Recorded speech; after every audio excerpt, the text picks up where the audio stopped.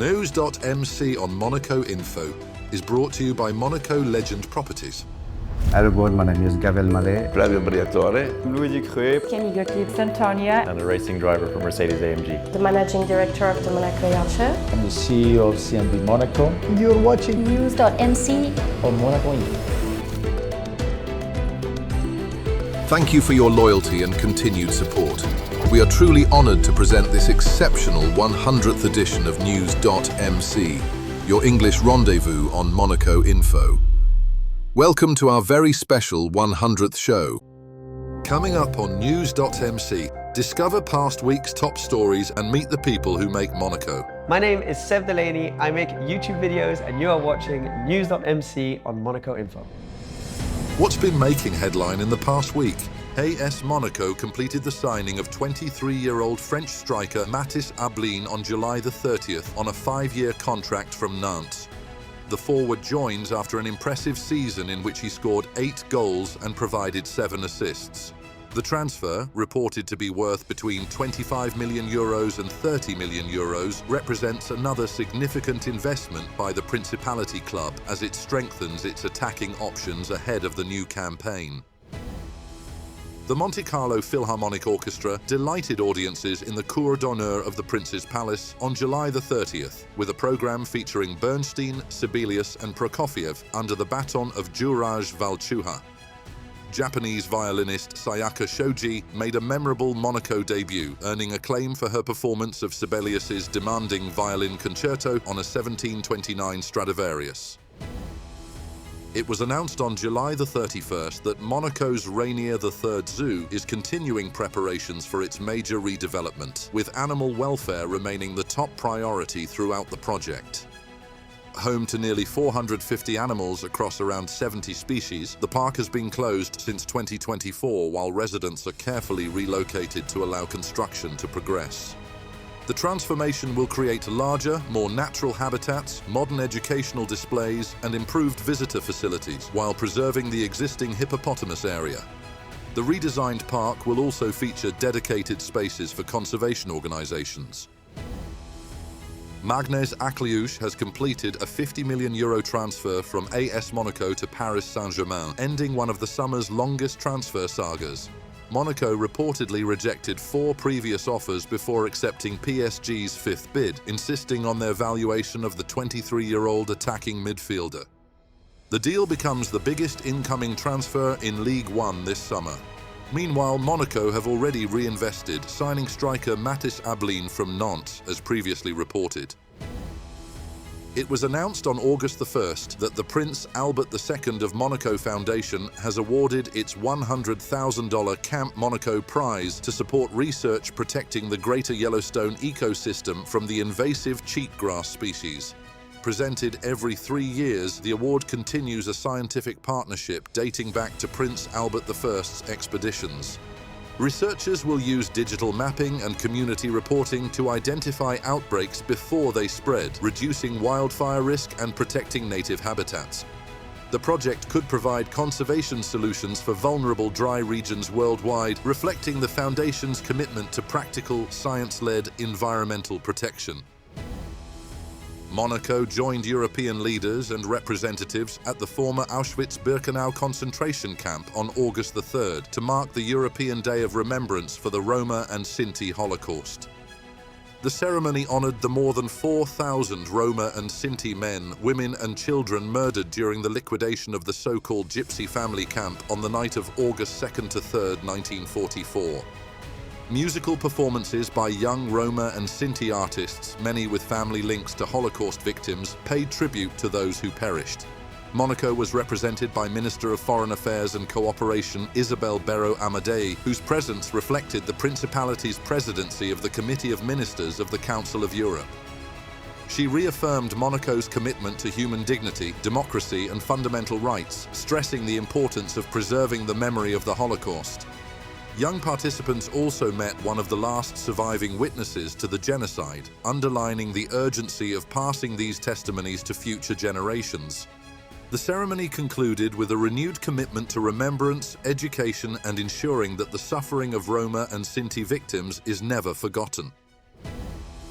Monaco has introduced new fire safety regulations banning the use of flares, Bengal lights and other open flames at entertainment venues following the deadly Crans-Montana nightclub fire. The measures apply to nightclubs, restaurants hosting live events and other public venues, reinforcing safety standards after months of inspections led by the Monaco Fire Brigade. Checks have focused on emergency exits, alarm systems and evacuation procedures, while educating operators on best practices. Firefighters also urged continued vigilance during the current drought, expressing solidarity with colleagues battling major wildfires across France and southern Europe. The ACABAM survey initiative returned to Monaco on August the 4th, as scientists continue a major international mission to monitor cetaceans and other marine wildlife across the Mediterranean. Research vessel Song of the Whale is combining ship-based observations with aerial surveys to assess changes since the first basin-wide study in 2018. Scientists are examining how rising sea temperatures may be affecting species distribution and abundance, with early signs of warm water species becoming more common. The data will help guide future conservation efforts across the Mediterranean and adjoining Atlantic waters. Next up, our exclusive interview with the personalities making the Principality. My name is Seb Delanney. I make YouTube videos. So I was born, it started very close to here in Nice, and I grew up in La Turbie. I ended up going to school actually in Drap, a bit in the mountains, 45 minutes probably from where I was living in La Turbie. English mother, American father, and I grew up, speaking English at home, but obviously growing up in the south of France, picked up French throughout the years, and always been close to Monaco and always seen Monaco as this kind of mythical place that was, not too far away, where I could hear the F1 cars when the races were on, and grew this obsession with automobiles from 6-7 years old. I went to FANB in Monaco on the Rock for my first years of collège. I then went to Nice, to the international school in Nice, and then I went to university in Madrid, or close to Madrid, at IE University, which I really enjoyed actually. But this is about the period where my work, my business and YouTube started taking off. And I was on a 4-year course. Why don't I take 1 year out, see how it goes with work, and if it doesn't work out, I'll come back. So that was my schooling.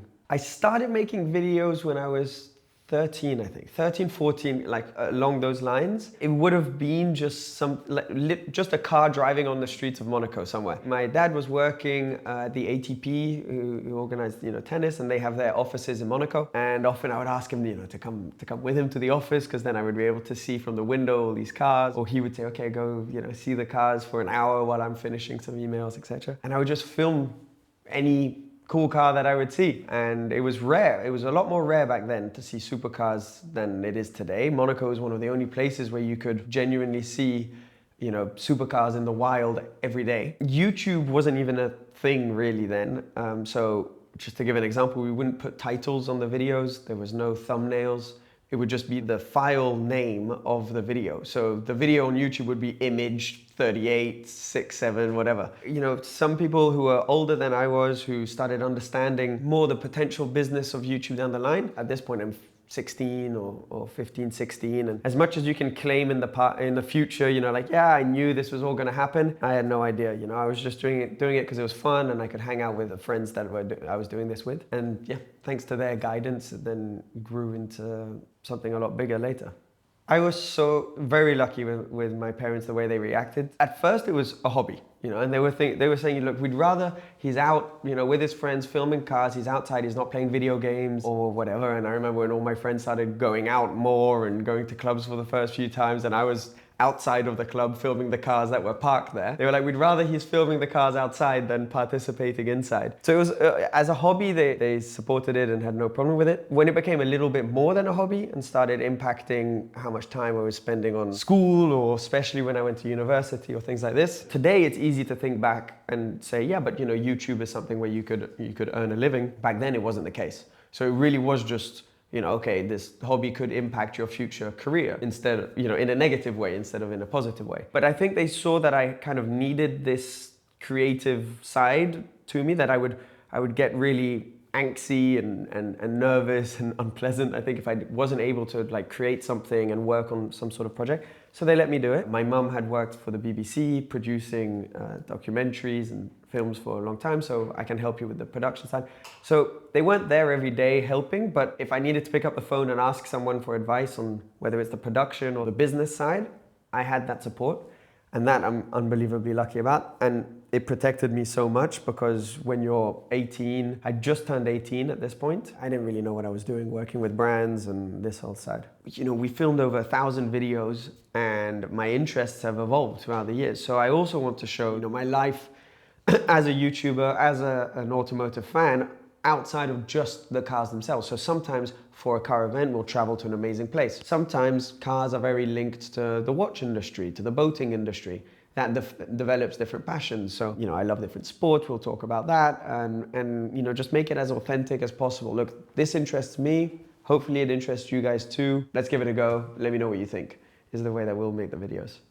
It's incredible how much Monaco, when you travel, makes you want to come back to it more. Having grown up in La Turbie, lived, you know, until I was 15, I was in La Turbie my whole life. I had, you know, this dream one day I'd like to live in Monaco, and every time you come here, everything works, everything's clean, everyone's nice, all the cars are fancy. I'm like, wow, what is this place? You know, people actually live here, you know, it's possible. And I always had in the back of my head, this is where, you know, I'd like to live one day. But when you're 15, 16, you kind of tell yourself that and you don't know what the future holds. And it wasn't even an option, of course, back then. So I waited a while, you know, I'm 29 today. I moved here a year and a half ago. But I was able to kind of come on my terms the way I envisioned moving here, with being able to have a car that I enjoy and drive around the way I used to film people driving around back in the day. And I didn't want to rush it because it's really somewhere I saw myself settling down long term. And I'm not just saying this, genuinely, I think one of the best decisions I've made in my whole life, and I couldn't be happier. And that's from someone who's grown up around Monaco. And yeah, I've just built some incredible relationships here and just really, really enjoy my day to day. And for the first time, I feel really, since I was 14, 15 and I lived in La Turbie, I have a bit more of a routine and structure to my life. That's all for today. Thank you for watching News.MC, your English rendezvous on Monaco Info. Discover the full interview and more stories on our websites, News.MC and MonacoInfo.com. Next week, we will receive Alessia Castelli, founder and editor-in-chief of Monaco Woman magazine. This show is intended to provide a summary of the past week's top stories for the English-speaking audience. For daily and real-time news updates in English, please visit News.MC and subscribe to our free daily newsletter. For French news, visit MonacoInfo.com. This show was brought to you by Monaco Legend Properties.